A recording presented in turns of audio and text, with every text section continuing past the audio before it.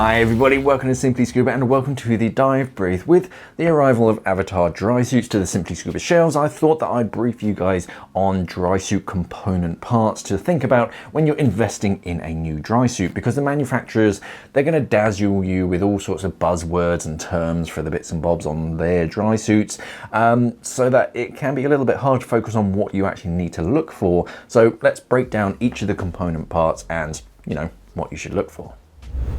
So the first thing really is the material that the suit is made from.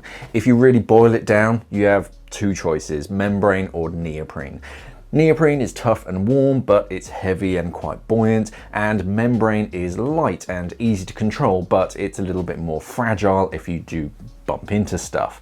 Membrane Drysuits do have a few more tricks up their sleeves because the thin material can also be breathable in some circumstances, which is lovely when you're on the surface because you don't get too hot and stuffy inside of your Drysuit when you're on the surface. If you don't spend too much time on the surface in your Drysuit, then it's not going to be a huge benefit, but it is nice to be able to stay inside of your Drysuit if the rain or the spray starts and you don't get too sweaty inside your Drysuit. Neoprene Drysuits are often crushed or high density neoprene to help reduce their buoyancy. They'll take thicker neoprenes like 8 or 10 mil neoprene, and then they compress that down, so they compress all of the bubbles out of them to make them a little bit less buoyant, but they're still just as hardy. So if you bump into something, it's not going to penetrate all the way through. The entry zipper is important. Most Drysuits today are of either front or back entry Drysuits. Back zippers just run straight across the back of your shoulders. The only downside to these is that you need a buddy to help unzip you, because my arms don't bend that way. But most membrane Drysuits today are actually front zippers that you can get in and out of all by yourself, with a long diagonal zipper that runs from one shoulder down to the opposite hip. The body as well is usually telescopic, and you just overlap the excess material, which makes it a little bit easier to get into it, but it also allows for greater flexibility in the water because you have just plenty of material on the sides. And if you're a little bit taller or a little bit shorter, you just overlap it a little bit less or a little bit more. The zippers themselves are traditionally metal or plastic. The older brass metal zippers are tough and reliable, but they're quite tough and do take some effort to budge them unless you grease them up really often, and they don't like to bend very much, which is why you tend to see them across the flat of the back of your shoulders. If you bend a brass zipper too much, it just breaks. The newer plastic zippers out there on the market are much easier to move backwards and forwards, so you can do it yourself, and they also bend a bit more, but you do need to be sure that you do seat them properly when you're getting in to make sure that they don't leak, and also grease them properly and keep them nice and clean between dives. The seals are another important factor. On your neck and on your cuffs around each wrist, the seals are what keep the water out, and they of course need to be comfortable. They're an airtight seal that sits directly against your skin. Three choices you usually have here. You have latex, neoprene, and silicone. Latex is the standard. It's thin and flexible, and it's done a very good job over the years. And the downside to it is that it does have to be glued to the suit directly in most cases, which means that if you break that seal, because it is just a thin section of latex, it does break from time to time. It takes quite a long time, usually days, sometimes weeks if you send it off, to remove the old seal and then glue on a replacement and then wait for that glue to set. It's not something that you can do on the dive site.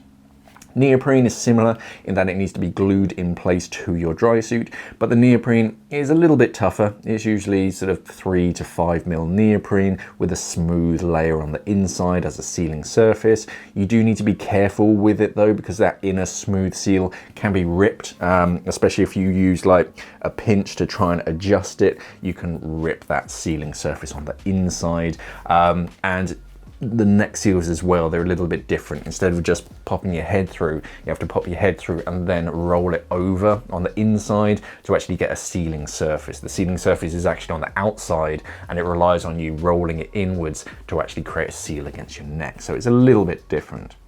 Silicone is the new one. It's very similar to latex because it's a thin flexible, stretchy material, but because nothing actually sticks to silicone, glue doesn't stick to it, you need to use a ring system to be able to use them on your dry suit. Rings mean that you can swap a broken seal in minutes instead of days and weeks, but you do have to have a physical ring around your wrist and around your neck. You don't normally notice them very much, especially during a dive, and they are very handy mounting point for dry glove systems as well. So in the future, you get more options.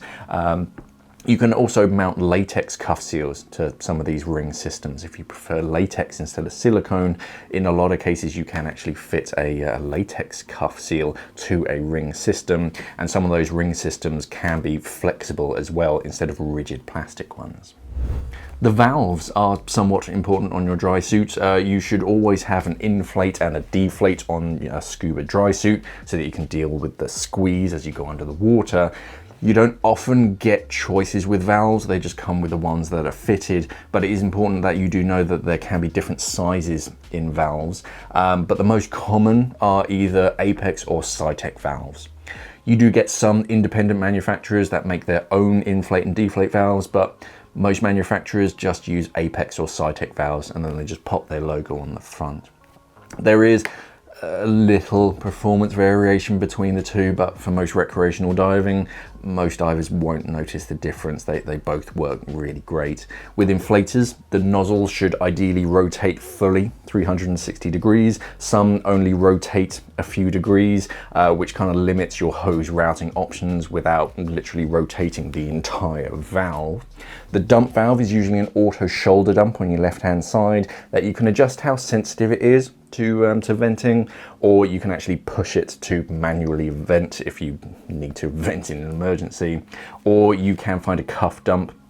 We don't see too many cuff dumps anymore. They're sort of losing popularity, but they're a much more simple one-way valve that you vent by sticking your hand up in the air, and any air around that valve just vents out. The only downside to these is that they get a little bit confused on the surface, and they can leak a little because they require that water pressure to hold them sealed. Thigh pockets are a wonderful invention and a handy place for storage, obviously. Personally, I prefer a Velcro seal so that they kind of close and seal themselves instead of a zipper that you have to undo and then redo yourself, which if you've got clunky gloves on, it's just an extra task for you, and especially when you just got something out to do something. Inside of the pockets, you really want to see some loops of bungee or maybe even just a D-ring to be able to clip things to. So any tools that you put in the pocket, if you open it up and they fall out, they don't fall very far because you've attached them onto something. And sometimes you find a small divider on the inside to help separate and organize things inside of your pocket. It's usually quite close to your leg, so it's best for wet notes or slates. On pockets with a flap, that sealing surface, it's also handy to have a small zippered section on that flap for quick access tools. It's quite handy just to keep either a cutting device or a spare bolt snapper or something that you need to just kind of grab without having to open the entire pocket to get hold of it. Down at the feet, you have some options. The simplest is a neoprene sock. These I quite like because they're flexible for different foot sizes. If you don't fit it perfectly, it's not the end of the world because it's just a neoprene sock. It's flexible, and then you wear a separate boot over the top of it, usually called a rock boot. That you then lace up for a really good grip on your foot. It's just like a walking boot or something, so it moves with your foot. And if the boot itself ever wears out on the sole because you're walking around a lot with it, you just get a new pair. You don't actually have to send your dry suit away to get a new boot fitted. You can have boots, of course, fitted directly to the dry suit, which is an easier option, and they're either going to be something like a tech boot, which is mostly neoprene for flexibility and a soft sole. The flexibility just gives you good ankle control and of course then fin control in the water. Or you can find a more heavy duty rubber boot, which if you spend a lot of time walking around in rough terrains, of course it can last longer because the softer soles, they tend to wear out if you're walking around a lot. The tough sole boots, they do the job just fine, but they are a bit more clunky. It's always that trade-off between sturdiness and flexibility. Which of these options is best is really down to you and your diving. If you're diving in freezing waters and you often handle things, you're doing lots of work, then a neoprene dry suit with wet gloves and heavy boots could be best for you. But if you dive in a variety of different water temperatures in open water, where you're less likely to bump into things, you might prefer a membrane front entry that's breathable, so it's a bit more comfortable. The important thing is to take your time and have a good look around at what is actually available and what you actually need. I'll always recommend pockets to everybody who asks, who's looking to get into dry suits.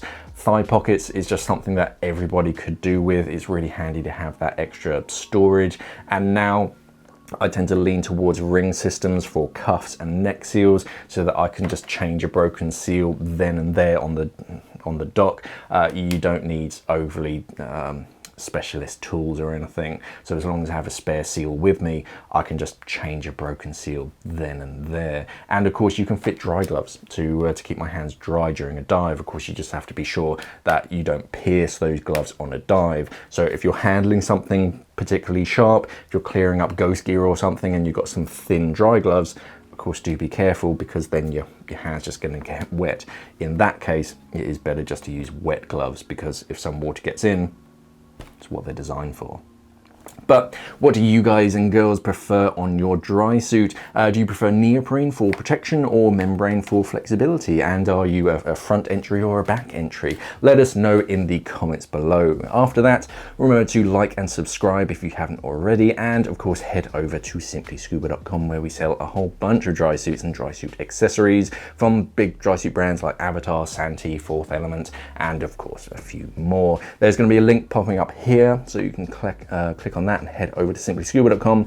Thank you for watching, everybody, and of course, safe diving.